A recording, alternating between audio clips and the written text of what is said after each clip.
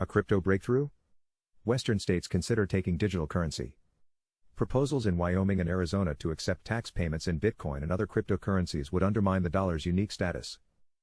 The dreams of crypto enthusiasts inched closer to reality in recent days as lawmakers in Wyoming and Arizona put forward proposals that would allow those states to accept tax payments in the form of digital currencies. The new proposals, and others like them around the United States, threaten to erode a key distinction upholding the supremacy of the U.S. dollar over its would-be digital competitors. Americans can use U.S. dollars, but not cryptocurrencies, to pay their taxes. Under the Arizona proposal, the state would recognize the most popular cryptocurrency, Bitcoin, as legal tender. The Wyoming proposal, which is not limited to any specific cryptocurrency, would apply only to sales and use taxes. Both proposals face potential legal and political hurdles. But Wyoming has gone further than any other state in passing laws to accommodate cryptocurrency adoption, and backers of the proposal there believe it will be the first state to take a significant step in the realm of tax payments. The Wyoming effort also offers a window into some of the forces vying to shape the future of digital money, namely, big retailers and veterans of the commercial banking industry. We are looking for alternative currencies to compete with the U.S. dollar, said Joe Shomung of American Crypto Fed, a group backing the Wyoming proposal. American Crypto Fed, whose founders previously worked on mobile banking platforms, plans to issue a so-called algorithmic stablecoin, a cryptocurrency whose value is pegged to the consumer price index, that can be collected for sales tax purposes. The Wyoming proposal is also backed by the Merchant Advisory Group, a trade group for retailers that counts Amazon, Walmart, and the Home Depot among its members. Merchant Advisory Group CEO, John Dreckney, declined an interview request.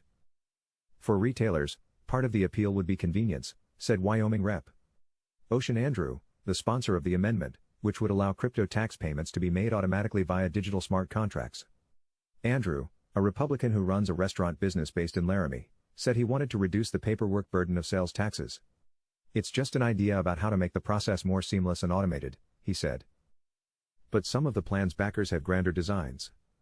As American Crypto Fed's name suggests, the group aspires to compete with the Federal Reserve System, which regulates the dollar. If the Wyoming proposal succeeds, its real significance would be to help legitimize cryptocurrencies as alternatives to the greenback. It's the beginning of the end, for central banking and the U.S. dollar, Joe declared. Critics of privately issued and open-source cryptocurrencies argue that if they displace national currencies, they would undermine the ability of national governments and central banks to effectively regulate the economy. They also argue that Americans, in particular, benefit from the status of the dollar as the world's reserve currency. But supporters of the incumbent banking system expressed skepticism that recent state-level proposals would do much to upset the current system, pointing to potential legal and practical hurdles. I see this as much more of a stunt than genuine shake-up, said Rohan Gray, who serves as research director of the Digital Fiat Currency Institute, a San Francisco-based trade group that represents government bodies and financial institutions. The group supports the issuance of digital currencies by central banks as a government-controlled alternative to privately issued or open-source cryptocurrencies. One potential obstacle to proposals like this in Arizona and Wyoming is Article I, Section 10 of the Constitution, which restricts the power of states to issue their own money. The Arizona bill, according to Gray, faces a greater risk of being deemed unconstitutional because it seeks to designate a cryptocurrency as legal tender. This has broader implications than the Wyoming proposal, which is limited to tax payments. He said it is unlikely that courts would actually strike down Wyoming's proposal on constitutional grounds, in part because of precedent permitting privately issued money and in part because any such ruling would have implications for existing tax credit systems used by states.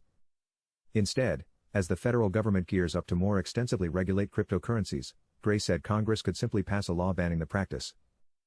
Gray, who also works as a law professor at Willamette University in Salem, Oregon, predicted that a bigger problem than regulation would be a lack of interest. Many cryptocurrencies have wildly fluctuating values, which undermines their practical value as forms of money. The volatility of these instruments will do more damage than a legal response, he said. While crypto supporters contend that some digital currencies are pegged to the U.S.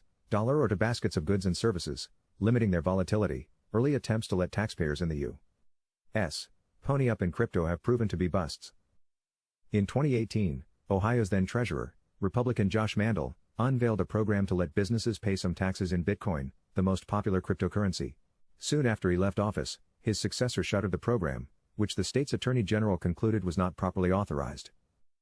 A spokesperson for the Ohio Treasurer's office, Brittany Halpin, said that fewer than 10 businesses took advantage of the program during the 10 months it was active. Also in 2018, Seminole County, Florida's then tax collector, Republican Joel Greenberg, said he would take payment for some fees in Bitcoin. But Greenberg's tenure was cut short by a federal indictment. He has since pleaded guilty to a raft of charges, including for embezzling county funds to purchase cryptocurrency. A spokesperson for the Seminole County Tax Collector's Office, Alan Bird, said that the office no longer takes payments in cryptocurrencies and that no one had submitted any such payments when it did. Several other U.S. jurisdictions are investigating the possibility of taking such payments. Last year, Colorado Governor Jared Polis, a Democrat, said he wants his state to be the first to accept taxes in crypto. The mayor of Jackson, Tennessee, has said the city is studying how it might take property tax payments in digital currencies, and Miami-Dade County is examining similar possibilities. While the race to implement the first successful program is on, it is shaping up to be more of a marathon than a sprint. In addition to the constitutional issues posed by the Arizona bill, its prospects are complicated by its sponsor, Republican Senator Wendy Rogers. Rogers, who did not immediately respond to a request for comment, has been a vocal proponent of the false claim that former President Donald Trump won the 2020 election and featured prominently in a recent report by the Anti-Defamation League on extremism in American politics. Meanwhile, lawmakers in Wyoming resolved Law Week to study the sales tax proposal rather than push ahead on it. Andrews said he plans to work with the state's Department of Revenue and to introduce an updated proposal next year. He said he remained more focused on the nitty-gritty details of his sales tax proposal than any sweeping implications it might hold for the future of money. It's a milestone, he said, but it's a very niche use.